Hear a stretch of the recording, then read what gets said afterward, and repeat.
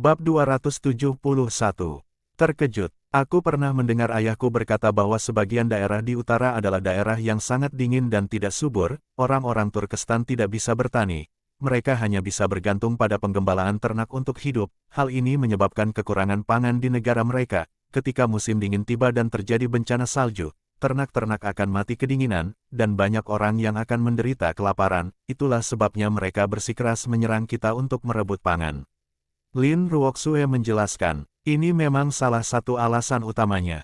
Selain itu, negara kita, Daxia, memiliki wilayah yang sangat luas, tidak hanya iklimnya lebih baik, tetapi juga sumber dayanya sangat melimpah. Negara tetangga tentu ingin mengambil alih tempat yang sangat baik ini untuk memperbaiki kehidupan mereka. Lin Hai menjelaskan, ternyata begitu. Kiawer tampak sedikit mengerti. Selama ada aku, jika Daxia bisa berkembang dalam beberapa tahun ini, kita pasti bisa memusnahkan pasukan Turkestan sepenuhnya, kemudian kita bisa menaklukkan beberapa kerajaan di sekitarnya juga. Setelah mereka semua ditundukkan, kita tidak perlu khawatir dengan invasi dari negara musuh lagi. Kita bisa menanam hasil ladang di seluruh tanah hitam ini, dengan kesuburan yang begitu tinggi, meskipun hanya bisa menanam satu musim dalam setahun, semua rakyat sudah tidak akan kelaparan lagi. Saat itu, tidak akan ada lagi orang yang kelaparan. Lin Hai memandang tanah hitam itu dengan sangat bersemangat. Hasil panen selama ini cukup rendah, dikarenakan kesuburan tanah yang tidak mencukupi. Tanah hitam ini, bahkan tanpa pupuk, sudah sangat subur. Setelah panen, kita bisa membakar jerami di tanah untuk mengembalikan kesuburan tanah. Selain itu, dengan memelihara lebih banyak ternak seperti sapi dan domba, kotoran mereka bisa digunakan sebagai pupuk juga. Tempat ini tidak hanya bisa menjadi gudang pangan Daxia, tetapi juga bisa memelihara banyak ternak. Dengan sumber pangan yang cukup, maka Daxia bisa terus memperluas wilayahnya. Di ujung lautan pasti ada negara lain. Saat itu, kita bisa membentuk armada laut yang kuat, mencari negara-negara tersebut. Kita bisa menjalin hubungan perdagangan atau menaklukkan mereka. Alasan utama mengapa istana terus-menerus terlibat dalam perebutan kekuasaan adalah karena kekurangan sumber daya. Jika kita terus memperluas wilayah, semua orang akan mendapatkan bagian dari kue tersebut dan mendapatkan keuntungan yang cukup besar. Kita bisa menyatukan semua kekuatan untuk bersatu melawan musuh. Saat itu, baik keluarga bangsawan maupun pejabat tinggi tidak akan lagi memiliki niat untuk merebut kekuasaan. Jika mereka semua bisa mendapatkan keuntungan dari hal ini, mengapa harus bertengkar di antara sesama sendiri lagi? Dengan pemikiran ini, Lin Hai semakin bertekad untuk membantu Gong Yanwu menguasai kendali pemerintahan. Kemudian dia akan melatih pasukan untuk menaklukkan semua negara musuh. Untuk hidup yang tenang, dia membutuhkan dukungan dari Daxia yang kuat. Beberapa hari kemudian, mereka akhirnya tiba di perbatasan. Lin Tiangui sedang melatih pasukan berkuda.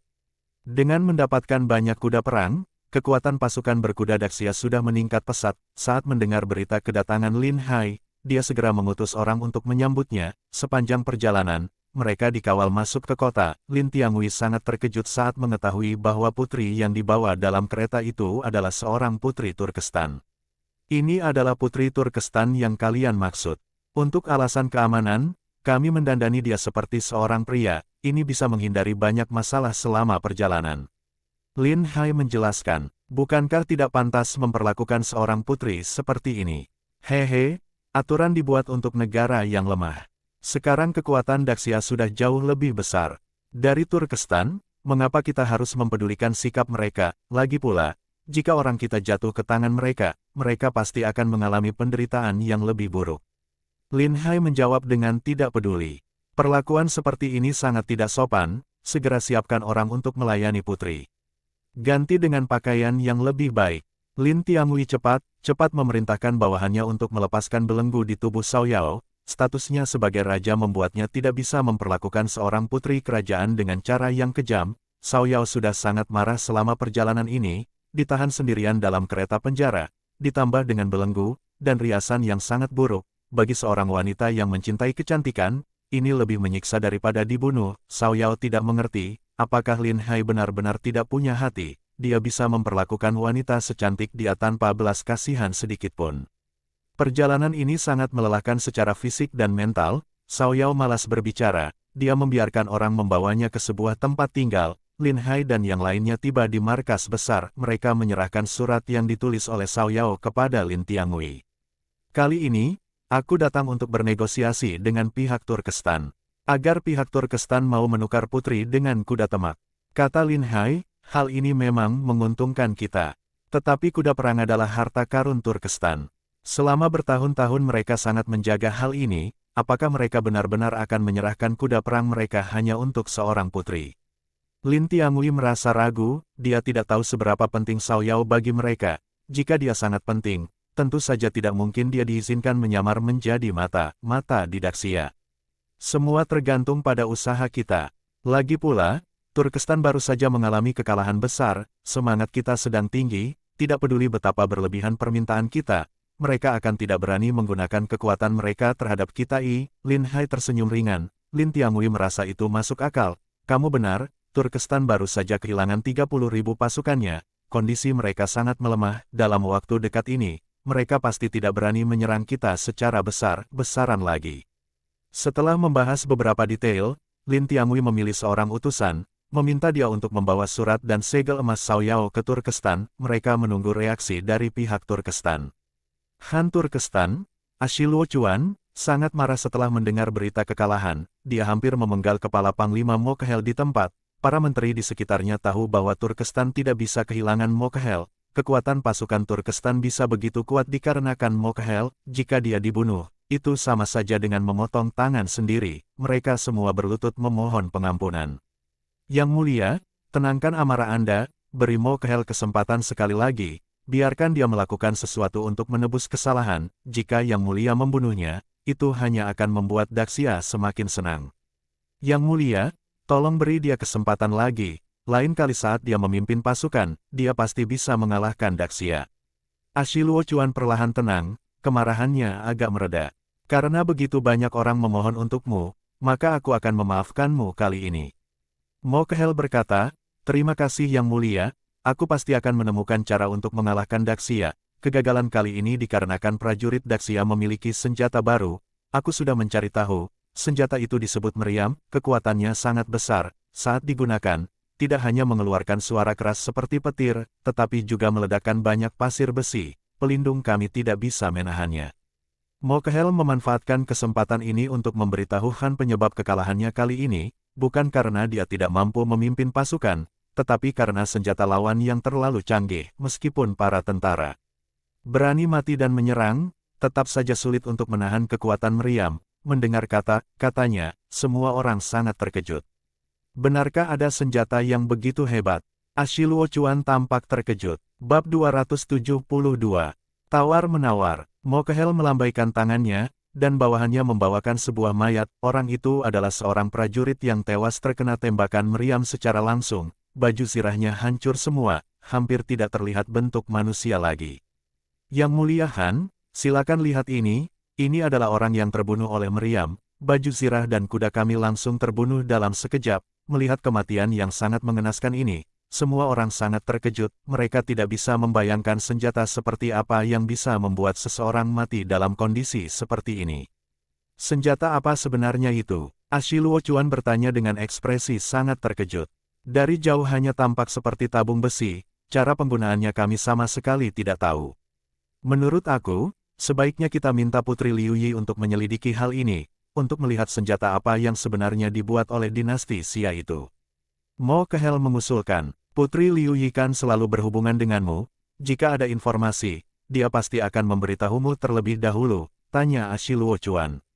Sejak kita mengikuti strategi Putri untuk menggalang bantuan dari negara lain, tidak ada informasi yang dikirimkan lagi, mungkin karena dinasti Xia menutup kota mereka, jadi informasi tidak bisa sampai, jawab Mokhel. Segera kirim orang untuk menghubungi Putri, agar Putri menyelidiki masalah ini dengan cepat. Lebih baik jika kita bisa mendapatkan cara pembuatan meriam tersebut, dengan senjata yang kuat seperti itu, kita pasti bisa mengalahkan dinasti Xia, perintah Ashiluo Chuan. Walaupun pasukan kavaleri Turkestan memang sangat mahir dalam pertempuran di dataran terbuka, namun, mereka jauh lebih lemah dalam pengepungan kota. Jika mereka memiliki meriam, pasti akan mudah bagi mereka untuk merobohkan gerbang kota. Jika bisa merebut kota, prajurit dinasti Xia sama sekali tidak akan bisa melawan pasukan kavaleri mereka. Baik, aku akan segera mengutus orang untuk memberitahu Putri. Begitu Mokhel selesai berbicara, seseorang datang dengan membawa berita. Yang Mulia Han, utusan dinasti Xia telah tiba, mereka mengatakan membawa berita tentang Putri Liu Yi. Semua orang yang sangat terkejut, mereka merasakan sesuatu yang buruk. Putri Liu Yi telah menyamar di dinasti Xia selama bertahun-tahun, dan selalu menggunakan nama samaran. Bagaimana mungkin orang dinasti Xia bisa mengetahui nama asli Putri Liu Yi? Apakah mungkin putri telah mengungkapkan identitasnya dan tertangkap? Ashiluo Chuan merasa sangat cemas, dia kembali ke singgasana. Dia berkata dengan nada dalam, biarkan mereka masuk. Utusan dinasti Xia masuk dengan tenang, dia menangkupkan tangannya dan berkata, utusan dinasti Xia, Liu Bin, menyapa Yang Mulia Han. Kamu baru saja mengatakan bahwa kamu membawa berita tentang Putri Liu Yi, apa maksudnya? Ashiluo Chuan bertanya langsung tanpa basa-basi lagi, Putri Liu Yi adalah putri kesayangannya, dia telah mengambil risiko pergi ke dinasti Xia demi Turkestan, karena Putri Liu Yi selalu membawa informasi yang akurat. Turkestan bisa mendominasi terus dalam perang melawan dinasti Xia, dia tidak akan membiarkan Putri Liu Yi berada dalam bahaya apapun. Liu Bin berkata dengan wajah datar, kami dari dinasti Xia sudah menangkap seorang mata Turkestan, menurut aturan, seharusnya dia diinterogasi dan dipenggal, namun, dia mengaku sebagai putri Turkestan, jadi kami datang untuk memastikan, jika dia berbohong, kami akan mengeksekusinya saat kami kembali. Ashiluo Chuan menggertakkan giginya dengan marah, tangan menggenggam pegangan kursi dengan kuat, dia mencoba menenangkan dirinya. Bagaimana kalian memperlakukan dia? Jika kalian berani menyakiti satu jarinya saja, aku tidak akan mengampuni kalian. Liu Bin tidak menganggap ancamannya serius, dia tersenyum tipis dan mengeluarkan sebuah surat. Yang Mulia Han, jangan khawatir, karena dia mengaku sebagai putri, kami tentu tidak berani sembarangan menyiksa dia. Ini adalah surat dari putri dan sebuah segel emas yang bisa membuktikan identitasnya, silahkan periksa. Seseorang di samping segera mengambil surat dan segel tersebut. Ashiluo Chuan mengenali segel emas itu adalah milik Putri Liu Yi. Dia membuka surat itu dan matanya mulai berair. Ini adalah tulisan tangan putrinya yang paling dicintai, yang telah berani menyamar di dinasti Xia demi kepentingan Turkestan. Tidak disangka identitasnya terungkap dan tertangkap, meskipun tidak disiksa, dia pasti telah mengalami banyak kesulitan, dia merasa sangat sakit hati. Apa yang kalian minta agar Putri Liu Yi bisa dipulangkan? Sebutkan saja. Ashiluo Chuan tahu tidak perlu basa-basi lagi, langsung bertanya, lebih cepat menyelamatkan putrinya akan mengurangi penderitaannya. Yang Mulia Han, Anda benar-benar tegas. Raja kami mengatakan, permintaannya tidak terlalu tinggi, dia hanya membutuhkan 100 ekor kuda pembibitan, maka putri kalian akan dikembalikan dengan baik. Kalian benar-benar berani meminta banyak. Kuda perang Turkestan adalah harta berharga, kami tidak mungkin akan memberikannya kepada kalian. 1 ekor pun tidak akan kami berikan. Tak disangka, seorang putri tidak bisa ditukar beberapa ekor kuda, benar-benar tidak dianggap penting. Kalau begitu tidak ada yang bisa dibicarakan lagi. Jika tidak bisa, maka aku akan kembali dan memberitahu sang raja tentang pendapat Yang Mulia Han. Derajat-derajat Liu Bin langsung pergi tanpa berlama-lama lagi. Saat dia ke sini, Lin Hai sudah memberitahunya, tidak perlu menunjukkan keinginan yang terlalu besar untuk kuda. Jika dia tidak setuju, langsung pergi, harus tetap bisa menjaga kendali penuh dalam situasi ini. Melihat utusan dinasti Xia pergi tanpa ragu, Ashiluo Chuan tentu tidak akan membiarkannya pergi begitu saja. Putri kesayangannya tertangkap, harus diselamatkan. Tunggu, Yang Mulia Han, jika Anda tidak menyetujui permintaan kami, apalagi yang bisa dibicarakan? Liu Bin bertanya dengan wajah datar. Walaupun kami tidak akan memberikan kuda perang kami, tapi kami bisa memberikan barang-barang lainnya, baik itu sapi, domba, atau emas perak, sebutkan saja jumlahnya, kami akan segera menyiapkannya. Ashiluo Chuan berkata. Liu Bin menggelengkan kepalanya, kami dari dinasti Xia tidak kekurangan barang-barang itu, bagi kami, yang bisa diberikan oleh Turkestan hanyalah kuda pembibitan yang bisa berkembang biak. Jika kalian memperlakukan putri Turkestan seperti ini, apakah kalian tidak takut kami akan menyerang lagi? Ashiluo Chuan bertanya dingin, Liu Bin tidak takut dengan ancamannya. Saat aku ke sini, raja kami sudah mengatakan, jika Yang Mulia Han memulai perang, kami akan siap kapan saja. Saat ini dinasti Xia merasa sangat percaya diri, mereka baru saja mengalahkan Turkestan, semangat mereka sangat tinggi. Selain itu, Turkestan telah kehilangan 30% dari pasukan elitnya, sulit untuk bisa menjadi ancaman bagi dinasti Xia. Ashiluo Chuan sangat marah hingga urat dahinya menonjol, namun, saat ini dinasti Xia memang telah bangkit kembali, Turkestan juga tidak mampu memulai perang besar dalam waktu dekat dengan banyaknya korban yang berjatuhan, hanya untuk mengurus keluarga yang ditinggal saja sudah sangat sulit. Menjelang musim dingin, masalah akan menjadi lebih sulit lagi. Jika Turkestan melemah, negara-negara kecil di sekitarnya sudah mengawasi dengan cermat. Mereka akan mencoba untuk menelan wilayah Turkestan, menggunakan ancaman perang ternyata tidak bisa menakut-nakuti dinasti Xia. Bab 273. Shaoyo pulang. Bagaimanapun juga, kami tidak akan memberikan 100 ekor kuda perang untuk kalian. Kata Ashiluo Chuan dengan suara dingin. Mokhel sangat menghormati Putri Liu Yi. Selama bertahun-tahun, ia telah memberikan banyak informasi penting, dan sekarang dia tertangkap oleh dinasti Xia apapun biayanya, dia harus diselamatkan. Masalahnya, Han juga seorang yang mementingkan harga diri, meskipun ingin menyelamatkan putrinya, dia tidak bisa langsung menyetujui syarat dinasti Xia. Ini adalah masalah yang harus diselesaikan oleh orang lain. Melihat bahwa perundingan sudah hampir gagal, dia berdiri untuk menengahi. Kita pada dasarnya sedang bernegosiasi, kami tidak bisa membiarkan kalian meminta harga yang terlalu tinggi. 100 ekor kuda perang itu terlalu tinggi. Bagaimana kalau kita mencari solusi bersama? Kami akan memberikan 5 ekor kuda perang pilihan kepada kalian, dan sisanya akan diganti dengan emas dan perak 0N. Hehe, apakah kalian ingin menyingkirkan pengemis? 5 ekor kuda pilihan tidak ada artinya, untuk membiarkannya mungkin butuh waktu yang sangat lama bukan? Liu Bin mengejek, memberikan 5 ekor kuda pilihan sudah cukup baik, apakah bisa berkembang atau tidak tergantung pada kemampuan kalian sendiri. Kata Mokhel, sebenarnya dia sangat paham, kuda perang dinasti Xia jauh berbeda, jika terus dibiarkan, kualitasnya akan menurun. Hanya memberikan 5 ekor kuda pilihan kepada dinasti Xia, itu tidak akan banyak berguna, paling-paling hanya bisa menghasilkan beberapa ekor kuda berkualitas tinggi sebagai mainan para bangsawan, sama sekali tidak mungkin untuk digunakan dalam militer. 10 ekor kuda perang, tidak bisa kurang dari itu. Selain itu, sisanya akan diganti dengan emas dan perak, dan ada satu syarat lagi, kami, dinasti Xia, bersedia berdamai dengan Turkistan, dan kedua belah pihak bisa membuka jalur perdagangan. Tim perdagangan yang ditunjuk oleh istana akan berbisnis dengan kalian. Hal ini akan sangat menguntungkan kedua belah pihak. Kata Liu Bin, syarat-syarat lainnya bisa diterima, tetapi jumlah kuda tidak bisa ditambah. Jika tidak, maka silakan kamu pulang saja. Para pejuang Turkistan kami tidak mayang takut mati, lebih baik kami bertempur hingga salah satu dari kita hancur. Mokhel juga menunjukkan sikapnya, dia yakin dinasti Xia sangat ingin mendapatkan kuda perang Turkistan, bahkan 5 ekor kuda pilihan sudah akan sangat berharga. Liu Bin berpura-pura berpikir sejenak, dia mengangguk dan setuju, baiklah, tetapi kuda pilihan yang kalian berikan harus benar-benar berkualitas, jika tidak memenuhi syarat, kami tidak akan mengembalikan putri, jangan coba-coba menipu kami dengan kuda itu. Tenang saja, jika kami sudah setuju memberikan, pasti tidak akan ada yang tidak baik. Mokhel, siapa yang memberi kamu hak untuk membuat keputusan ini? Ashiluo Chuan berteriak keras. Mokhel maju dan berlutut di tanah. Yang mulia Han, putri Turkistan adalah harta yang tak ternilai, berapapun biayanya, dia harus bisa diselamatkan. Aku percaya jika putri kembali, dia bisa memimpin Turkistan menjadi lebih kuat. Jika Yang Mulia Han merasa perlu menghukum aku karena masalah ini, Mokhel bersedia menanggung semua akibatnya. Semua sudah sampai pada tahap ini, biarkanlah berjalan seperti yang kamu katakan.